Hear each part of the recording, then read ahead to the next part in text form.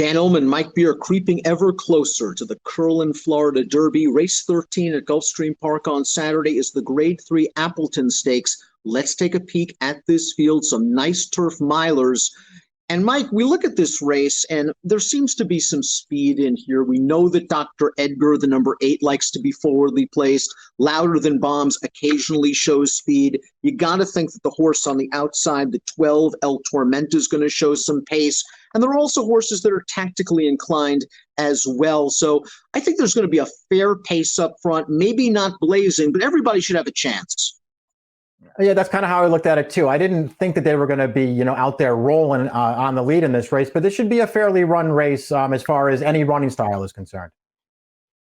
And Timeform US concurs as we take a peek at their pace projector. And yes, they do have the number 8, Dr. Edgar, expected to make the lead. Now, English B, the number 1, he's expected to be near the back of the field, and he can be closer to the pace if the pace is very slow. But I think the pace will be faster than very slow, and I think he'll be where Timeform US has him. My one issue with English B, who's a pretty likable horse, is in his last 3 wins, it just seems like he's either had perfect trips or perfect scenarios. The Murphy at Pimlico, where he just sat right in the pocket, got out to the outside and won it. The Virginia Derby, where he sat just off a glacial pace and was able to outfinish J.S.'s Solitude, who I thought ran the best race. And then in that race, 3 starts back at Park, similar situation. Good trip close to the pace. He ran well last time out in the Canadian turf. Maybe he's maturing for motion, 8-1 on the morning line.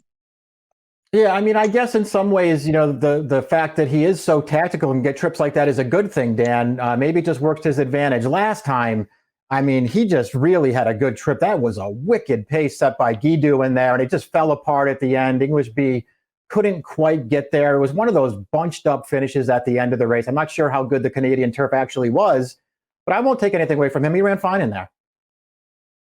Hembry had a nice summer campaign in 2019. Second in the Forbidden Apple, 4th in the Tourist Mile, where he had to angle down back towards the rail late and only got beat a length by Snapper Sinclair, who was ridden brilliantly that day. He's had 2 races off of the layoff, and maybe Michael Maker's just racing him into shape. But I have to be honest with you, I've been disappointed both times. I wonder if Hembry, at the age of 6, has maybe lost just a little bit of zip off the fastball. I'm starting to wonder that too. I really liked his races in 2019. He only went 1 for 7 last year, but I liked all of his races last year.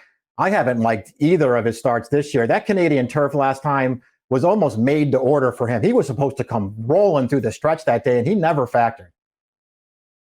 Let's talk a little bit about March to the Arch. I know he's one of your favorites, and he certainly classes up with these horses as a graded stakes winner. Love and Gulfstream winning the Sunshine Millions turf. Let's talk about the Tampa Bay, because maybe we'll disagree with that performance. I thought all in all, he got a nice trip and ride. Gaffalione had him right in behind the leader. He altered course down to the rail, full of run. And I just thought he hung the last 70 yards. Am I wrong? I don't know if you're wrong. I mean, it looked like he almost got ahead in front there late, and then he somehow got out finished. I do think it's worth pointing out, though, that you're right. While he was in a good spot most of the trip, he got into some pretty big trouble in the stretch of that race when that horse to his outside sort of leaned on him. He got bumped in that race. I'm going to say that it cost him. Maybe I'm wrong about that, Dan. I think this is the horse to beat in this race. He is just so honest, though. He runs every single time. And heck, maybe he was actually a little bit too close to the pace last time. And maybe he likes to make one run from the back of the pack. That was a striking run, 2 starts back. He certainly does class up. I was just a little bit concerned. He didn't go by those horses late last time out. Bala Rock scares me. And I want to probably use this horse. I probably gave him a little bit of short shrift in my picks that we'll see later. This is a horse that showed a lot of ability. Now we have to go back to 2017. He didn't race much in 2018. He didn't race much in 2019. Billy Mott's gotten him back in business. He's run 2 times in 2020, which is mind-blowing for Bala Rock's fans, and he's run well both times. He's a major contender in this race. Yeah, I mean, I think he is too. And I think I probably gave him short shrift like you did by not putting him in there somewhere. He's just one of those horses, Dan, who it feels like, especially lately, he struggles to win races. And I know he got it done last time. I don't know what you think about that race. I was not impressed with that win. I realized that it's only his second start in a long time, and maybe he's still racing himself into shape. I wasn't impressed with his win last time. Well, that was one of those blankets, wasn't it? Where, any one of Yeah. 4 or 5 had a shot down towards the 16th pole. I thought Balarox showed a lot of guts in that race. Murad was in that blanket finish. He just got beat a neck. He's always been an honest horse, a graded stakes winner as a 3-year-old, claimed for $80,000 back in the summer of last year. The tropical turf, maybe he needed the race off the layoff. I was a little disappointed with that effort, getting beat by Tusk. And last time out, again, you see the blanket finishes. Maybe you're more forgiving on turf, but again, I'm not sure I love that race, although I do like Balarox's effort. Yeah, I'm not sure I love it either. I mean, he's maybe one of the reasons I don't love it that much, because there was never a point in that race where I thought Murad was going to win. And then he only got beaten a neck in there. I don't know. I have some concerns about that last race, but he's a talented horse in his own right. Do you think Smart Remarks on Ascent here, stretching out off 5.5 furlong races and being away since the fall? He's got to be fresh. For Vickie Oliver, the distance is a major question. There are some class concerns. He is a pretty good turf sprinter in his own right. I just wonder about the mile against these kind of horses off of a layoff. But there's a chance that maybe he's sent out of there and he ensures that this pace is a little faster than we're expecting. Yeah, I do expect him to show speed in this race. I'm looking at him as more of a sprint type, Dan, than a true miler type. I mean, he's won at a mile before, but that was way back at the beginning of his career in a maiden race when he managed to get the mile first time out. Other than that, he's struggled to get it. I'm looking at him as more of a turf sprinter. Social Paranoia exploded onto the scene at Gulfstream last year. Maybe a potential horse for course. He's only run once on the surface. He won by almost 9 lengths. He earned a 96 Beyer speed figure. He then backed that race up with graded stakes placings in 3 consecutive starts and completed his 3-year-old campaign with a stakes win at Kentucky Downs. What I like best about this horse is he has the tactical ability to get trips wherever and whenever the pace scenario plays out. Yeah, that's how I look at him too. And I can't say I was a huge fan of his last year, but just look at this horse's turf races throughout his career. Since a 2-year-old, when they finally switched him over, do you see the bad turf race on his card? I don't see one, Dan. He gets great trips in his races, and he's always right there at the end. And he even has a chance to improve again as a 4-year-old. I'm using this horse. Dr. Edgar, the number 8, won the Appleton last year, and he went gate to wire under a brilliant Julien Leparoux ride, back down the fractions to go 47 to the half, sprinted on home to win that race in 34 and change, hasn't won since. Last time out off the layoff, he had a tough outside post. He just was unable to get to the front. I think Paco is going to send. Listen, maybe the stretch out sprinter is going to go. If that's the case, Dr. Edgar's going to have to sit second. Paco will deal with that. I don't think he's too worried about Smart Remark. Yeah, I think he has to go too, Dan. They didn't send him last time, and I think at the end of the day, it wound up costing him. It was not nearly his best performance. He's better than that. He's usually up close to the pace, if not right out on the lead, and he's run some fast races. I feel like this might be too tough for him, but I'm going to use him because I think he's going to be a price, and I think there's a chance he clears.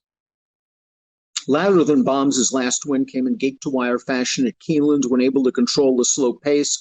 Last time out, when returned to the turf and the Canadian turf, they just ran away from him early. He came with a good, strong run. But in both of those races, the pace scenario really worked to his advantage. I've always been a big fan of this horse. I think he's an underneath candidate at a big price. I wonder if a win might be just slightly out of reach. It's a very competitive group. I wonder that too. He's certainly run some good races, though. I could see throwing him in there somewhere, as you say, maybe more likely underneath. He's another one of those horses, Dan, who took advantage of a wicked pace last time and was right there at the wire. You get the feeling that last time was the time for Sambaye, the number 10, who beat 3 of these common foes in the Canadian turf. I mean, his race before that, his first start off of a long layoff, I thought he ran really well, prompting the pace, raided back hard, then almost immediately on the move again, and then finishing second to Hey Dakota, who I think had the run of the race in a very nice trip. And last time out, Sambaye made these horses pay second off the layoff for Pletcher. Tougher post this time around. Tougher post. He's tactical, though. I don't think the post is really going to affect him all that much. I guess we'll just see, Dan. I haven't bought into him yet. I mean, all of his turf races so far are actually good. I don't know why I'm resisting him, but I'm going to resist him one more time. I'm looking elsewhere. I wonder if Mr. Dumas is going to move forward. Second time for Maker, second off the layoff. Won the Commonwealth Turf, 3 starts back at a mile and a 16th, very aggressively placed. in the Hollywood Derby to complete his 3-year-old campaign. That didn't go very well. But in the Canadian turf, he has the ready-made excuse of the layoff. He made a little bit of a bid and flattened out. He could be tighter here second back. Yeah, that's how I'm looking at him too. I thought he was headed the right way as a 3-year-old on the grass last year, and I think he probably needed that one. I mean, coming back off of a layoff like that in a really fast-paced race, that's not easy to do. I think he's going to run better this time. Let's take a look at our top picks for the Appleton. Mike, I want to talk about El Tormenta a little bit in here. Grade 1 winner of the Woodbine Mile.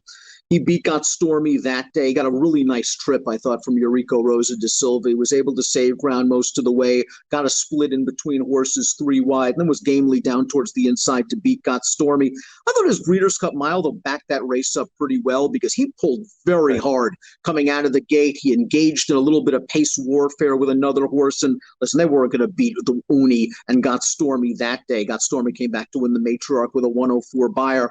The layoff is a concern. Maybe Gail Cox is just waiting for Woodbine in the summer, and so in the fall, this horse can defend his title in prime form for the Woodbine Mile. But I don't know. I think El Tormenta, if he breaks, can work out a good trip. I think he's good enough to compete with these horses. I do too. We'll see what he does. I don't love the outside post for him because, as you sort of alluded to in that Breeders' Cup, I think he does want to be forward. I think he's better that way. But maybe they get him covered up and none of that matters. He come out of there running and maybe get the right trip in. I'm not way against him, but I'm looking elsewhere. I think the 2 turns is a question mark as well. Remember those races at Woodbine, 1 turn over the E.P. Taylor turf course. Mike, you like March to the Arch in here. He is very consistent. He is very reliable. You went 3-11-7-8. What price would you take on this horse?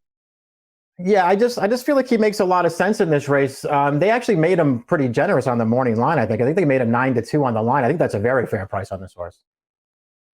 I'm going to go with El Tormentin here. I picked March to the Arch second. I went 12-3-10-1. Mike's going 3-11-7-8. Real nice edition of the Grade 3 Appleton. 6 o'clock Eastern is your approximate post time.